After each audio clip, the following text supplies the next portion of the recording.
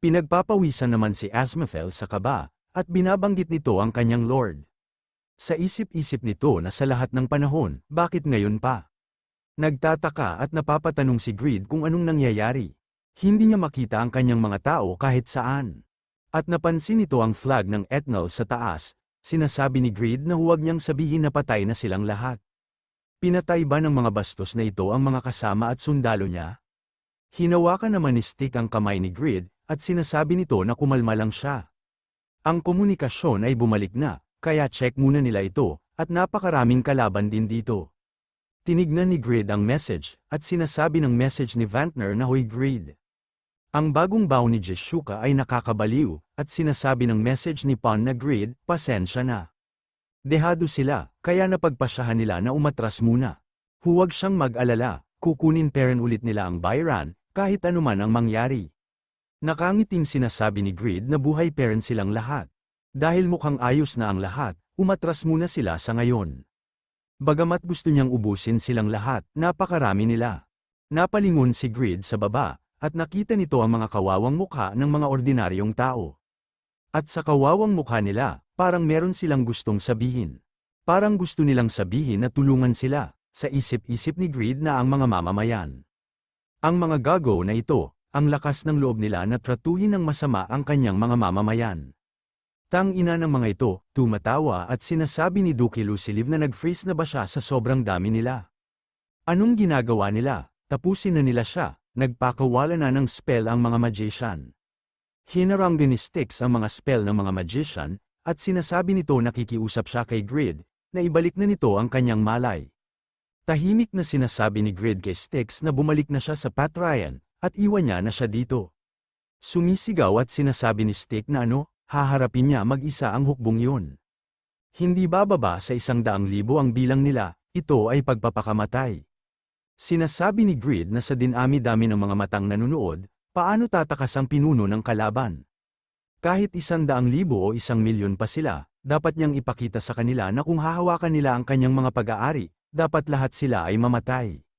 Sinasabi ni Bram na ang isang tulad niya ay malamang na hindi alam ito. Ngunit ang mga bilang ay walang kahulugan sa mga legend ng nakaraan. Kung kailangan niya ng demonstrasyon, sabihin niya lang sa kanya.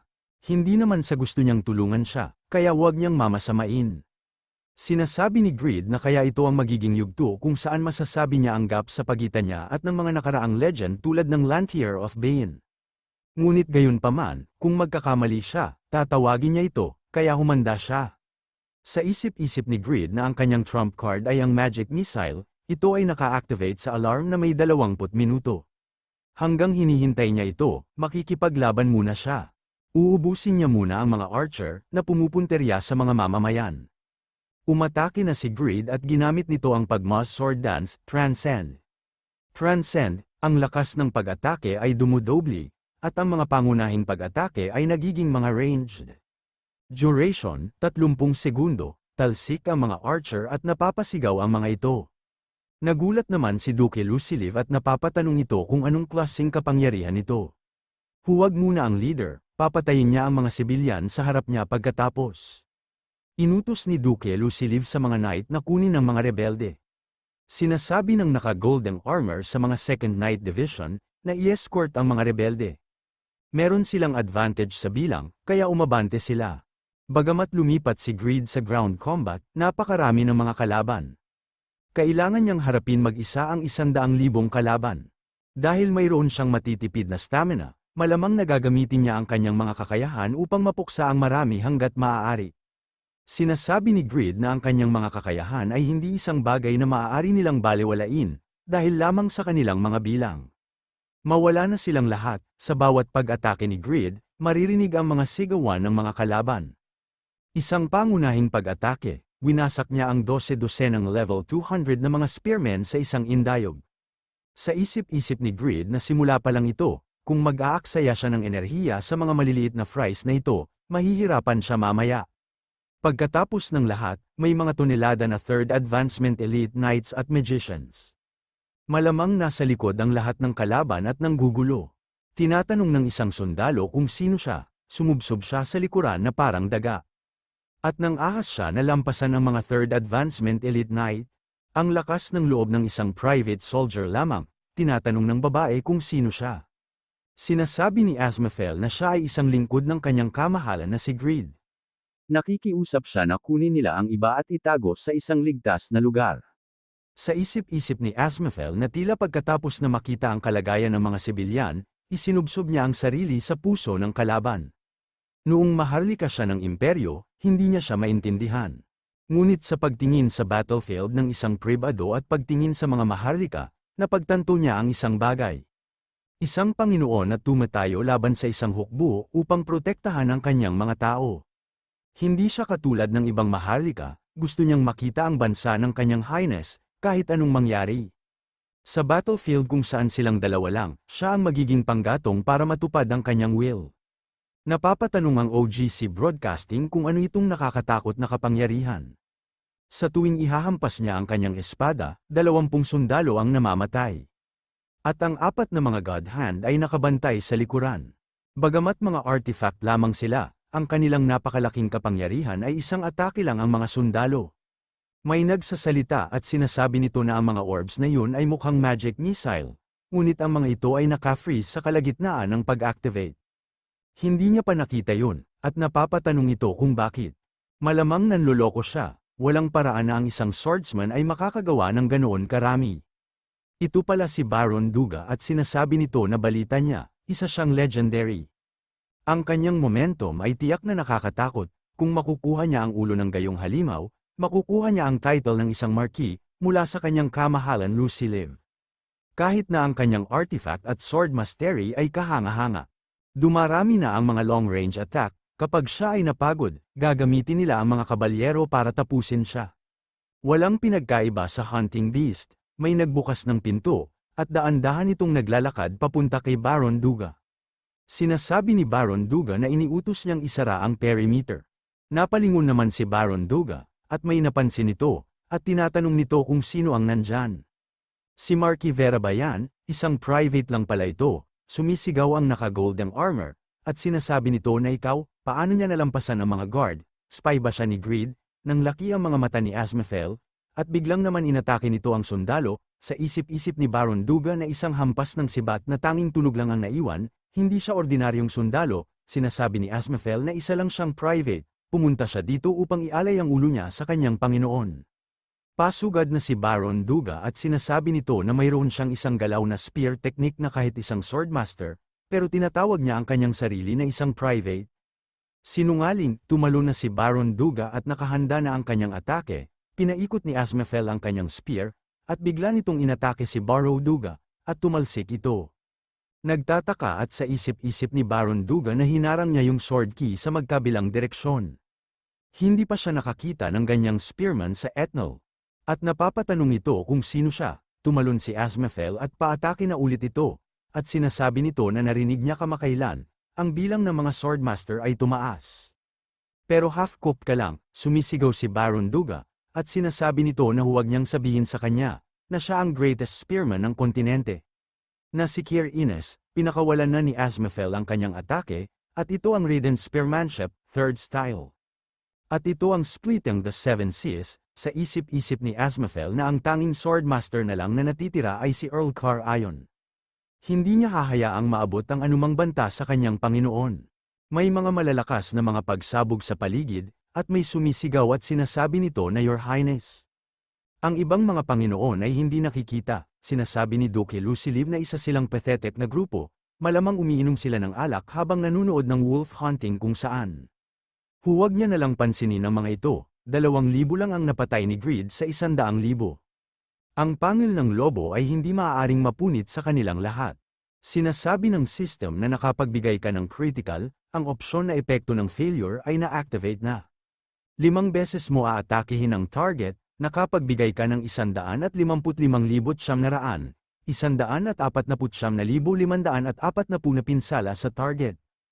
Sa isip-isip ni Greed na nag-alala siya pagkatapos makita ang kanilang mga bilang, ngunit ang mga bagay ay mas mahusay kaysa sa inaasahan. Lumago siya kamakailan sa mga tuntunin ng parehong mga item at antas. Mayroon siyang maraming mana, kaya gagamitin niya ang magic missile sa halip na mga kasanayan upang madagdagan ang kanyang magic proficiency. Tinutok niya ang kanyang magic missile sa mga kalaban, at gumawa ito ng malakas na pagsabog, at talsik ang mga ito. May biglang tumusok kay Grid na isang spear, at sinasabi ng umatake sa kanya na isa siyang halimaw, mamatay na siya. Sinasabi ng system na nakaranas ka ng 230, 155 na pinsala. Ang antas ng weapon mastery ay tumaas sa 5, ang karanasan ng Tiramets Belt, unique ay tumaas ng 0.01%. Sa isip-isip ni Grid na nadagdagan ng karanasan sa Sandata at Mahika, kasama ang paglago ng Tiramets Belt. Dahil sa pagkuyog ng mga kalaban, ang karanasan ay dumarami ng husto. Ngunit gayunpaman, ito ay kakaiba, nakita niya ang maraming makikintab na kabalyero mula sa itaas. Ngunit ngayon, wala na sila kahit saan. Hinihintay ba nila siyang mapagod, at para makapagpadala sila ng tunay nilang puwersa? Gayunpaman, ang pagkuha ng mga pag-atake ay nagpapataas ng kanyang karanasan, na mahusay, ngunit gayunpaman. Hindi pa natatapos ang sasabihin ni Grid, nasa likod niya na pala ang napakaraming kalaban. Sinasabi ni Grid na masyado silang marami, ginamit ni Grid ang alarm spell, na may magic missile. May papalapit ulit na napakaraming mga sundalo, at napapasigaw si Grid at sinasabi nito na meron na naman. Gagamit sila ng shield at spear formation para mabawasan at maubos ang stamina niya. Pero sa tingin ba nila, mapipigilan niya ba sila sa ganitong mababang kagamitan? Minamaliit ba nila siya? Sumisigaw at sinasabi ng naka-brown na buhok na lalaki na hindi gumagana ang mga formation. Hindi nila siya mapigilan, at batid ng naka-gray na buhok na lalaki na ano ang punto ng quest rewards kung mamamatay sila dito. Sinasabi ng system na bumabagsak ang moral ng mga sundalo. Bumaba ng 20% ang rating ng atake at pagtatanggol, bumababa ang bilis ng recovery ng stamina. Nakangiting sinasabi ni Duke Luciliv na huwag silang mag-freeze, mga sundalo. Hindi niya ba sinabi sa kanila, isang lobo lang siya? May umatake ng Magic Core Fire, ito ang mga Great Magician at sunod-sunod ang mga pag-atake nila. Sinasabi ng system na dumanas ka ng 2,200, 930, 1,660, 3,420, 4,520 na pinsala. Tumakas si Grid at sinasabi nito na isang napakalaking magic core. Kaya pala niloko nila siya ng mga shield soldiers, daan-daang magic attack. Ang pagtaas ng tubig sa ilalim ng napakaraming bilang. Sa 100,000 hukbo, 2,000 na ang nailabas niya sa ngayon. Mukhang napagdesisyonan na ang nanalo sa isip-isip ni Grid na isang magic attack mula sa lahat ng direksyon. Ang 3 layers armor ay sinadya para sa pisikal na pagtatanggol, kaya ito ay medyo napakalaki. Ngunit napakaraming arrow, spear, at sword na mababago sa Holy Light armor. Bukod pa riyan, nagamit niya na ang lahat ng magic missiles na nasa stock niya. Anyways, kung hindi niya sila maubos sa pamamagitan ng pagputol sa kanila ng isa-isa, isang malalim na paglilinis ang sagot. Gagamitin niya ang item transformation. Binabago nito ang hugis at pagganap ng Pavranium sa isang partikular na item. Maaari lamang itong i-transform sa isang item kung saan mayroon kang blueprint. Ang pagbabago ay tumatagal ng 3 minuto, mana cost, none. Cooldown time, 6 na oras, sa isip-isip ni Grid na ang kapangyarihang nakuha niya pagkatapos gawin ang kanyang ika-15 na legendary item. Isang kasanayang nagpapalaki sa halaga ng Pavranium. Kung ito ay isang bagay na maaaring makatumbas sa kanyang kakulangan ng malaking kakayahan sa AoE attack kumpara sa mga job sa pakikipaglaban. Walang makakalampas dito, sa Red Phoenix Bow, ginamit ni Grid ang fly up, at biglang nasunog ang mga sundalo, gulat na gulat si Duke Luciliv at sa isip-isip nito na isang phoenix, at napapatanong ito kung anong nangyayari sa monster na yan, ang rebelde na yan, ilan pa kaya ang kakayahan niya. Sinasabi ni Grid na mas gugustuhin niya pang masunog ang bahay niya kesa sa pamugaran yung mga ipis, kahit 100,000 o milyon pa sila, mamamatay na silang lahat.